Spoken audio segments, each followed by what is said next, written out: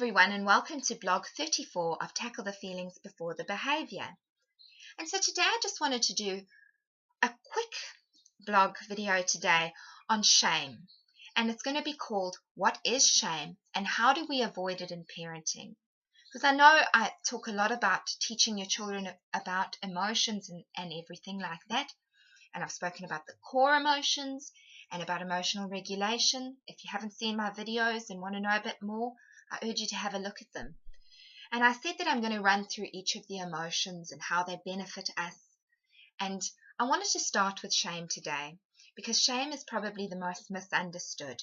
And I do have an earlier blog on shame is different to guilt. So if you want to know a little bit more and compare those two reactions and emotions, have a look at that blog. But today I want to talk about it in terms of teaching it to your children and avoiding creating it in parenting. I'm not going to give you a manual and a how-to guide step by step. Unfortunately, I don't think that really exists. The only thing I can say about each of these emotions when teaching them is the best thing that you can do is understand them for yourself. If you understand them, understand how it benefits us, and understand how to manage it when it comes up for you, and teach your children how to do the same thing with healthy coping mechanisms, that is the biggest gift. That is what you need to be doing. It's not too complicated in terms of the teaching part. It's the understanding and applying it to your own life that can be very difficult. So shame is a difficult one to teach children because shame is really a feeling of lacking. It's a feeling like there's something fundamentally wrong with you. And it's an emptiness. It's a difficult thing to describe, but it's the root of low self-esteem. It is the root of low self-confidence, low self-trust, powerlessness, feelings of emptiness, embarrassment, humiliation, all of those things. So when you're doing your emotion book, perhaps you want to really highlight embarrassment and feelings of ashamed as they associate with you right now. In terms of humiliation and things like that, embarrassment, blushing, and really feeling ashamed of yourself. But when you want to do this in parenting on a deeper level in terms of stopping your children feeling like they're not good enough, stopping your children feeling like there's something fundamentally wrong with who they are, this is about consistent parenting over the course of time that you are parenting them in childhood. This is about really validating emotions, emotional regulation, and attachment. Attachment being that bond, that developmental bond, not just a bond, but a fundamental, really important bond between parent or primary caregiver and the child. And within that attachment, within that relationship with your child, the child will learn how to value themselves. They will learn how to trust themselves through trusting you. So to teach them about shame is to be someone that is consistent, that they can trust, to be someone who is a guide, to be someone that is not punishing them, who is not putting them down, who is not dismissing them, ignoring them, or neglecting them, especially emotionally, because it's that emotional neglect, that childhood emotional neglect, that creates fear and shame and other feelings, disgust, anger, sadness, hurt, loss, all those things. But shame is really about how you feel about yourself, and that you learn through the parental relationship. So if you're watching this as a person who's exploring how they were parented, or you're a parent who's suddenly thinking, hang on, I want you to think about that relationship, because childhood emotional neglect is different to abuse. It's when something is lacking. So it's not something being done to you. It's you're missing those needs being met. You're missing that guidance. Somebody teaching you what to do when you feel afraid, when you feel upset. Somebody telling you that what you feel is okay. It's okay to feel what you feel. You can feel what you feel as long as you want. This is how you work through it because it's really difficult. Here's how you comfort sadness. I will comfort you when you are sad, so that when you grow up, you will learn how to comfort yourself. When somebody's sad and you're just trying to cheer them up and you don't be sad, be happy, that kind of thing is what creates shame. When you are getting angry at a child for acting out, when they are trying to get your attention because they are frightened, because it's actually fear, you are shaming them for trying to do something with feelings of fear when they know no different. They don't know any different, and it was probably the same for you. Sorry, I've got a frog in my throat today. So when you are parenting, really learn about emotional regulation. Really learn about being present with your children, about attending to them. Take punishment out of your vocabulary and bring in consequences. And the word consequences is a great word, because when I think consequences, I think choice. You can choose whether to break a rule or not. And consequences are clear. You know that should you break that rule, this is what happens. It's not about you not knowing what the rules are, you not knowing what to do. You just get punished for doing things when you know no differently.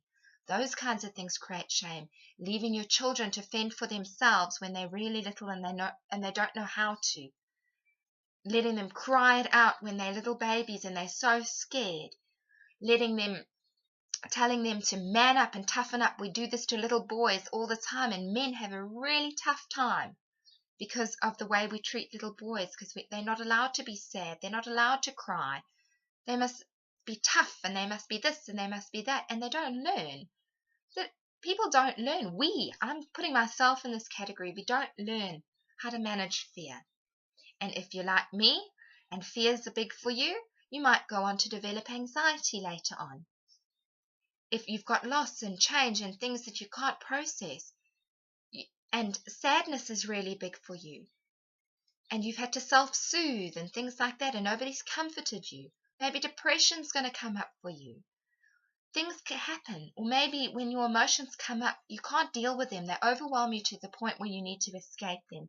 And we start taking substances and everything because we feel so bad about what we feel. That is shame. We feel bad about what we feel because our parents either dismissed our feelings, rejected our feelings, tried to change our feelings, ignored our feelings, misunderstood our feelings. Nobody helped us with our difficult feelings. And so now we're left with shame.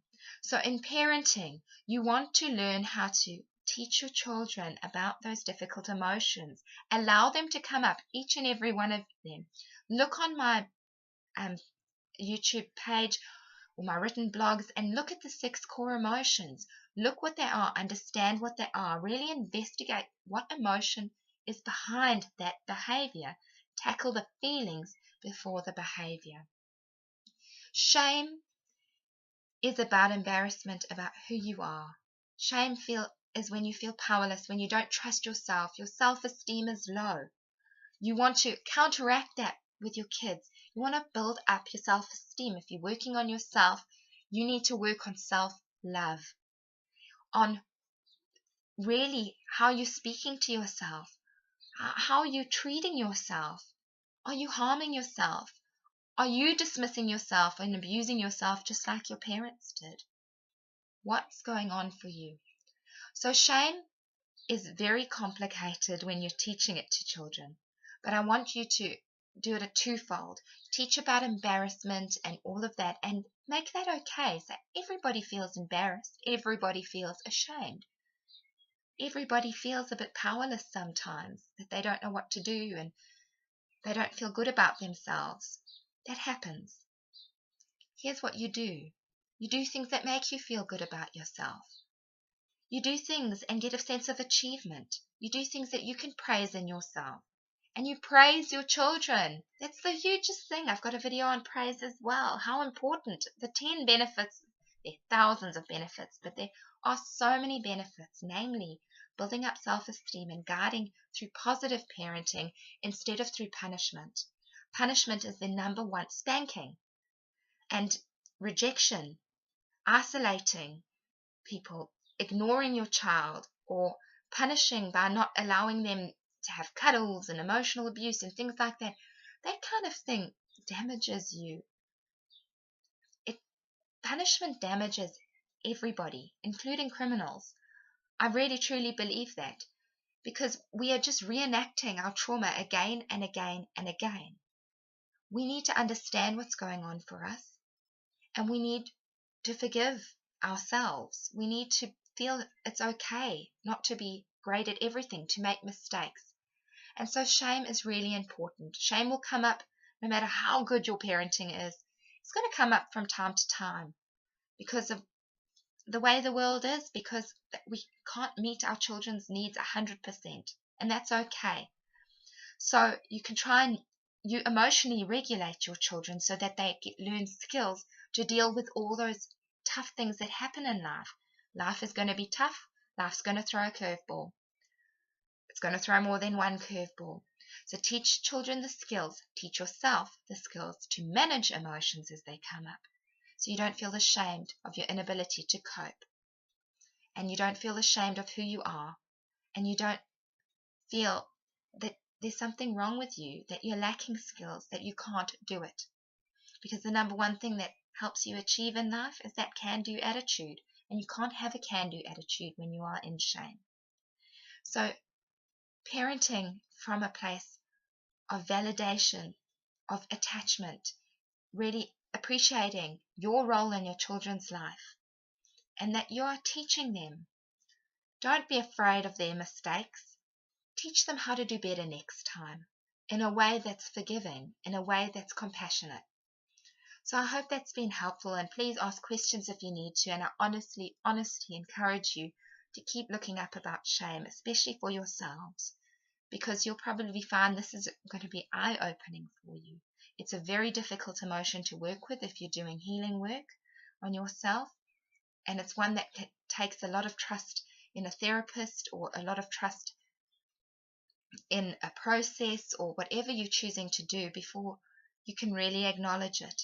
But if you give yourself those tools and you understand that it's okay and where it's come from, I think it makes it just that little bit easier. So I hope that's been helpful today. Have a great week. Bye.